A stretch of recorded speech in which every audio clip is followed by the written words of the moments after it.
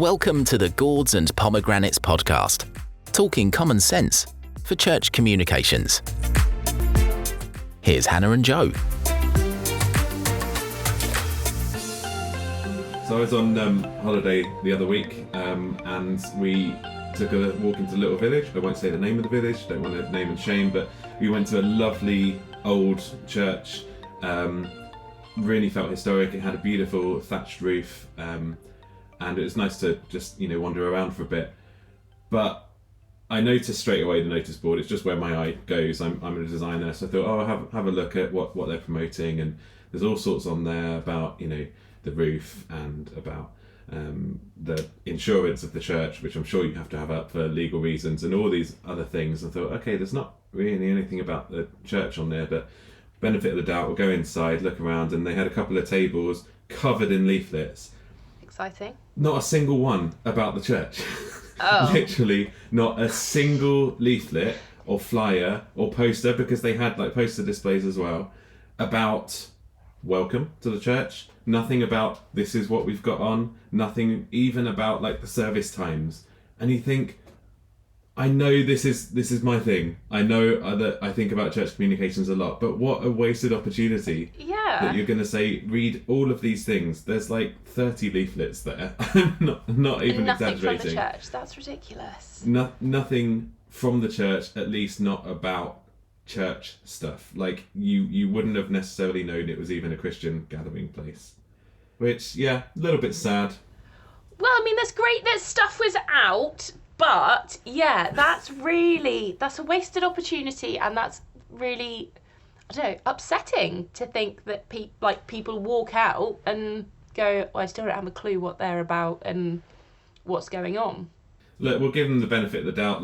Maybe it's a thriving church, and on a Sunday morning they haven't got space for anyone else. Maybe what they're doing in the week is absolutely amazing, but I don't know about it, because there's nothing saying that. But as I say, I'm a bit obsessed with church communications. It's not the be all and end all. So that is what we're here to talk about, though. So I'll hand over to you to get on with the episode properly. Yes, I'm quite excited for this one, actually. So for this episode, we thought it would be useful to share a few tools and resources that we use frequently in our work. So as practitioners, we know loads of different things. We try loads of different tools, resources, platforms, software, whatever. And so we've tried it, we've tested it. We want to share that with you, our listeners, to see that if something might be helpful for you. So this style of episode will be something that we repeat, where we sort of give these suggestions. So the ones we share today aren't the only ones we're going to use. They're just the first ones we wanted to highlight. So kind of for us, the ones, if someone says, what do we use? These are kind of the go-to ones that we would go for.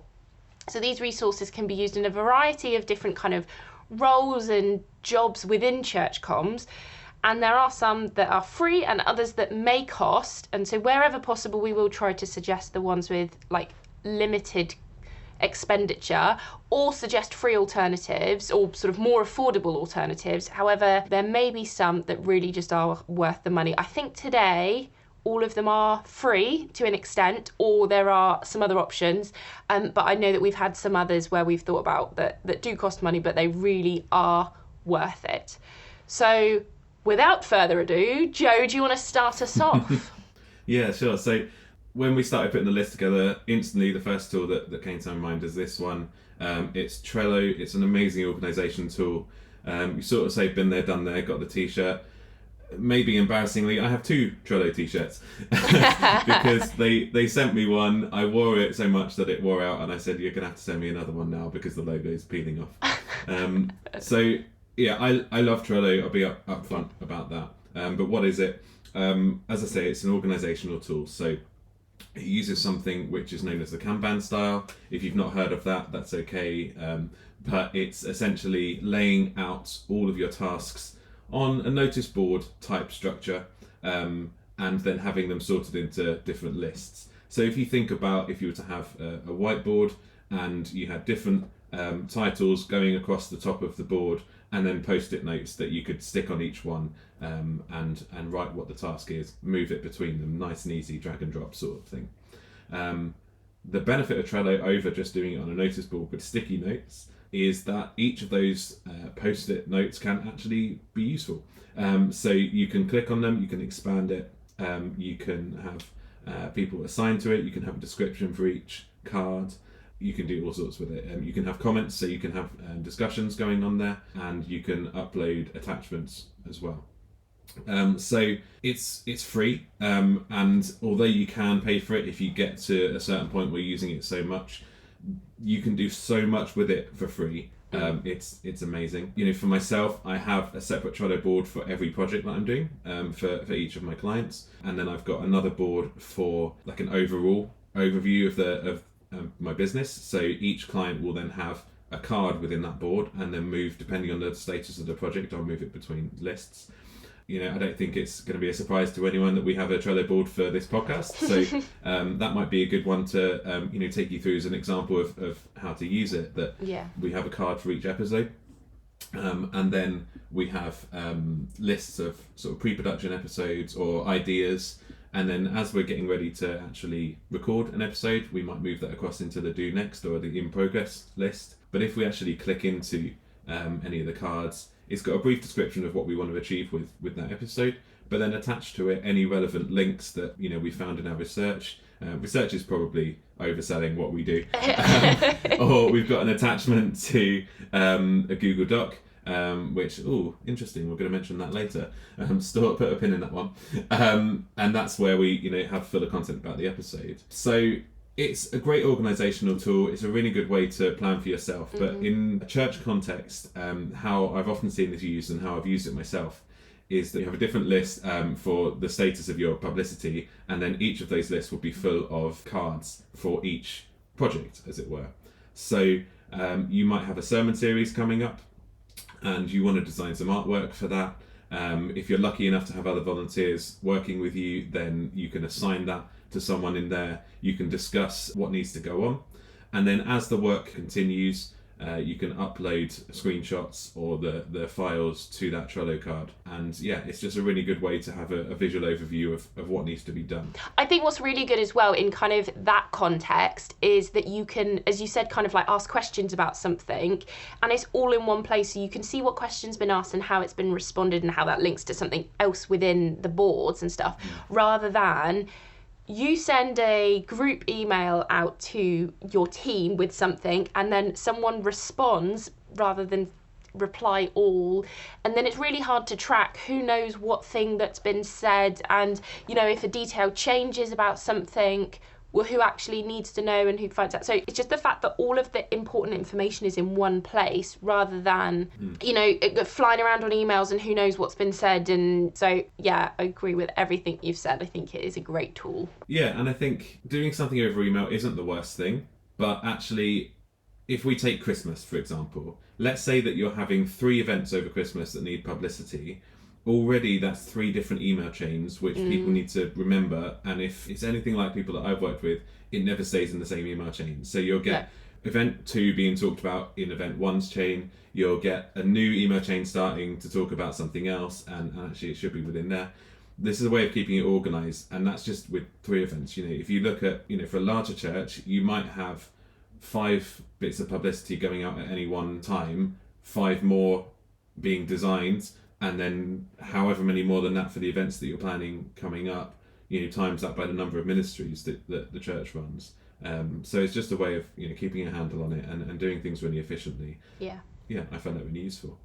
And one other thing that I love about it is an integration with the next tool that I'm going to highlight. So that's Google Drive. So there's 2 main sides to Google Drive, just to explain what it is. So on the one hand, you can have storage, cloud storage. So you can upload whatever files you want to have there. That means that you can access them from anywhere. So if you have forgotten your laptop and you can log in somewhere and get your files, you can see them on your phone or your tablet really easily. Or it means that you can share them with other people as well, and they can have access to the files as you let them. And for the free version of Google Drive, you get 15 gig of storage space to do that. So that's quite a lot of free files. And then the other side, as well as the storage, is the software. So the main ones, you've got Google Docs, which is your word processor. That's the equivalent of Microsoft Word. Google Sheets as a spreadsheet software like Excel, Google Slides, which is like PowerPoint or Keynote, and then Google Forms, which is for surveys and questionnaires, and that can be really useful as well, especially as they can sync straight into a spreadsheet that you've got in Google Sheets. So those are the main bits of software. It's cheaper than Office if you're fortunate enough to not have to be paying for a Microsoft Office license. The tools are all available for free. And actually for churches, you can go one better than that, and you can apply for a Google Workspace account. So Google Workspace for non-profits is free as long as you have charity status. It is a bit of a faff to apply for and to go through the verification process, but you get lots of stuff for free, you get more storage, and you can even sort out your church email via Gmail on there.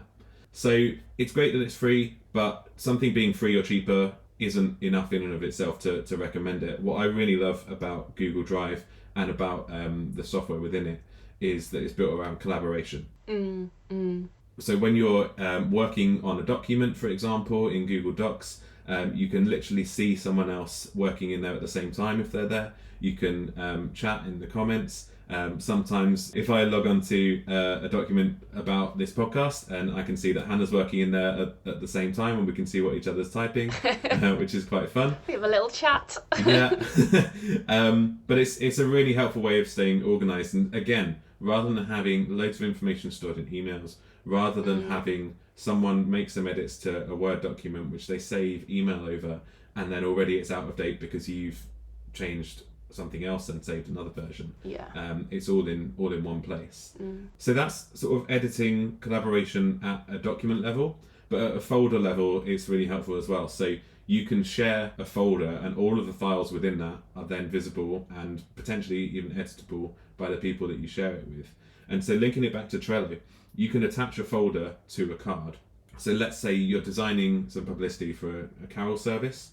You can create a folder in your Google Drive called Christmas Carol Service. You can attach that to the Trello card for the carol service. That way, any files that get added in there are already on that Trello card. So if you're designing a flyer, but you're also doing a poster, and maybe you're doing another sort of handout or graphic for the website or for social media, they can all live in that folder. Everyone can see it on the Trello card. And if there's any comments that need to be made, you can do it all in the same place. Yeah. So those are two really great tools to start off with. I use both of them every day in my business. I've used them lots with churches as well. Yep. So yeah, unless you've got anything else to add about Google Drive, Hannah, I'll hand over to you for your suggestions. Yeah, no, I mean, I completely agree with both of them. I don't use Trello as much as I want to. I use it a fair amount, but yeah, I need to just get in the habit of doing it. I think it's the same with like any of them or anything where there's a kind of frequency and repetition to be used within a system. That doesn't quite make sense, but something like Trello, once you get into it and use it, so like with the podcast planning for us, I get it and I can see how that works. I do need to work on that on my business, but because I'm on my own, it's a lot easier for me to not have those processes in place, but I do really see the potential with it.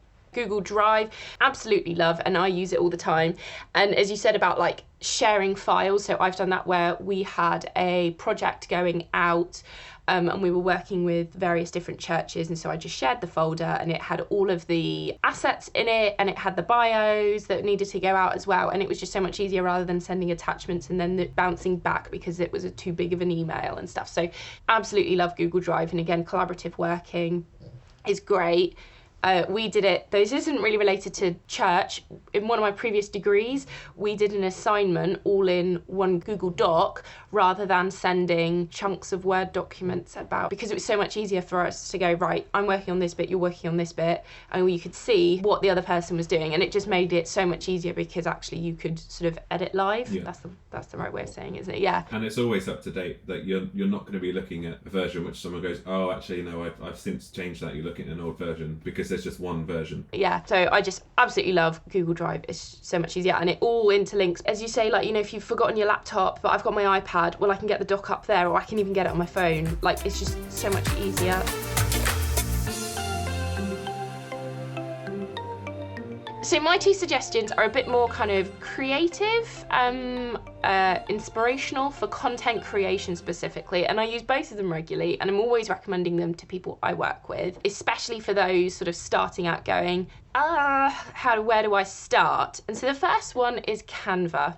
Now, Canva has a great place in my work heart because it is a graphic design platform used to create sort of social media graphics, presentations, posters, documents, and other visual content, as they describe themselves. But it's not just like, here's a pretty poster and that's it. It is online, so again, you can use it across different devices, you can use it with different teams. It's just amazing. So you can sort of design a poster and then resize it. You can build branding guidelines. So if you've got certain colours that you want to use for your church, you can set them up as your brand colours. And so I don't have to go searching for the right hex code every time and stuff. They're just in there. You can do presentations. So I do loads of my webinars built on there, and they always look really nice. You can do video animations and just so many different features. They're constantly adding to it. So you can share the items or files with other users, which is again great for teamwork, collaborative sort of working, especially if you're remote. You can kind of live edit, though I think it's best to come out of it because it can get a bit clunky. But in the fact of you're not editing 3 different versions and then have to kind of try and merge them, you can all work on kind of one file. And they've got loads of like templates and examples of what other people do. So I always sort of go, right, I'm doing a Christmas poster, you search Christmas poster, and then I'll probably change like 80% of it, but it's just a great place to start rather than have like just plain white document in front of you and go, oh, I don't even know where I want to go. So I just find the inspirational part as well, the template's really good. It is the most user-friendly design software that I've experienced, and I think that's great again for those starting out who go, I've done some posters on Word or something like that. You know, I want to get better with them and I want to be able to do more things, but I'm not sure, you know, Photoshop or something is terrifying. I mean, it's terrifying for me, but I think that Canva is just great for kind of those starting out. And I do use it every day in my work for various different things. And I know I probably could use more advanced stuff, but honestly, for what I do in sort of helping those starting out and for what I want to show people what's possible, I can do all of these cool things, and it's a pretty, you know, you can do this as well. It's not that I have some fancy software, it's really good. So for me, it's absolutely the best choice. I really love it. I think it's important to point out that, you know, as you say, it's great for people starting out and actually for far beyond that. But there might be things that Canva can't do in the same way that if you're really getting into it, there might be things that Google Docs or Google Sheets can't do. It might not be that this is the professional software that everyone uses and pays a ridiculous amount of money for, but that's okay. You don't need to be using that as long as it achieves what you need it to do and does that in the best way possible, and ideally the cheapest way possible as well. So How much does Canva cost? Well, so you can get a free version, which I really suggest people get just to try and get familiar with the platform. You can't do as many things, obviously, but again, like Google, you can get the Canva for non-profit. You just need, I think, a charitable status as well, or something like that. Again, kind of a bit of a faff, but you get the pro version for free. And I pay, because I am a business, I'm not a charity, I think I pay something between £10-15 a month, which I don't think is a lot. Even if a church had to pay for that, I don't think it's a lot for what you do get for it, of the fact of it being you can resize, you can have loads of different then like download file formats and things, PDF, PNG, video, whatever. So the fact that you can get the pro version for free, I think it's worth the kind of the effort of trying the Canva for non-profit. So even if you had to pay for it, it's value for money. Absolutely. You know, it's going to be a lot cheaper than like a Photoshop subscription, for example. But yeah, I think that's probably a common theme with most of the tools that we recommend, is that if there's not a free version for charities or non-profits, then there's very often a discount available for them as well. Yeah, we've said that it's a bit of a faff for both of those. It's just a part of it because they don't want to be handing out the charity discount to anyone who needs to prove it. So yeah, bit of admin, but then save money in the long run. And save time in the long run. So again, like thinking about Google Drive, the ease of your collaborative working, because you're not sending an email back and forth, but you just send an email going, I've made the changes, please check, rather than you having to manage that. Actually, in the long run, you save that time that you've spent applying for it to be free. So I do think it's worth it. And then my other suggestion is a bit of a kind of bit of a maverick one. You've gone left field with this one. I have, but hear me out. I think it's worth it. So it's Pinterest, which the millennials in the audience may know of, or actually kind of like, no offense, my mum's kind of generation. I'm obsessed with it. I am obsessed with it. It's no lie. It is the kind of like millennial to not quite boomers. women thing. It was like hugely popular like in the 2010s kind of thing. So it's an image sharing and social media service designed to enable saving and discovery of information on the internet using images or, on a smaller scale, animated GIFs and videos in the form of pinboards. That's their description, but essentially it is a pinboard. It's an online pinboard of everything that you could want to find in the world that people then create. They add their pins and then you can save pins and stuff. And most of the time, the pins will lead to a website. So it's not so much about using it to create stuff, but I find it an absolute goldmine for ideas for posters, colour palettes, or just kind of like style inspiration. So I think it was like last year I was doing digital Christmas webinar. Actually, I've got one coming up again, so I'll probably dig through that as well. And I was just trying to find something that wasn't a cliche Christmas red and green poster sort of style guide kind of thing. So I was looking up some sort of alternative Christmas designs, and it was all sort of like stars and fairy lights and stuff. And I was like, oh, that's a great, just something different for me to put into my posters and the sort of style that we were gonna talk through in this webinar. So I just find it great if, like, again, you're looking at a blank page going, I just don't know where to start without being cliched for Christmas or something for Easter that isn't just like, it's just sort of a hill and a cross. Actually, is there a way that we can share the cross in a new way that just sparks some interest? And very often there are links to other websites. So I've looked up a few again, and you click on it and it takes you to like 20 different Christmas designs or font ideas and things. So you get more than just kind of like the one thing that you're searching for.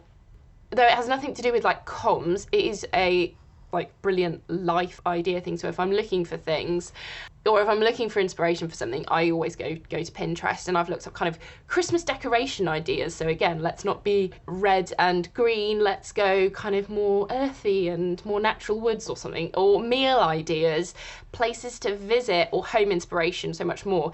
Like, it is just a great sort of database of ideas, which again is really good if you're kind of stuck on time, even though it's a great waste of time, in that actually you can go, right, I'm looking for this, and you do that rather than spending half an hour trying to just go, where do I start? So I just think it's brilliant of like starting out and getting inspiration, but also from a content platform. So it's a great place to actually have all of your church content, so like past poster designs. So actually, let's put all of our posters into one pinboard so that actually we can see the progression over the years, but equally what's the things that we've done in the past. So if you go like, what did we do like 2 years ago? We had a really cool theme, didn't we? And then no one can find the posters. So it's a great place to kind of actually just collate everything that's visual, or again, pictures of certain things that you'd have decorated the church a certain way or something like that. That's a really useful idea, actually, I think. So having a visual record of what you've done before, and that can help inspire you for new stuff, but it can also stop you from sort of copying the old stuff that you've done accidentally. Yeah. I think for me, what I really enjoy about Pinterest is if you're putting together something like this sort of mood board for inspiration, it might be that I'm designing a poster, but that doesn't mean that I'm just going to add posters to that pinboard. Because it might be that there's completely different, photography or even sculpture, things like that have got a visual style, which I think I want to have something like that in there. So when I actually come back to designing it, I've got all these things in one place, even though it's not just a case of, right, I want it to look kind of like this poster, or kind of like this poster, or kind of like this one.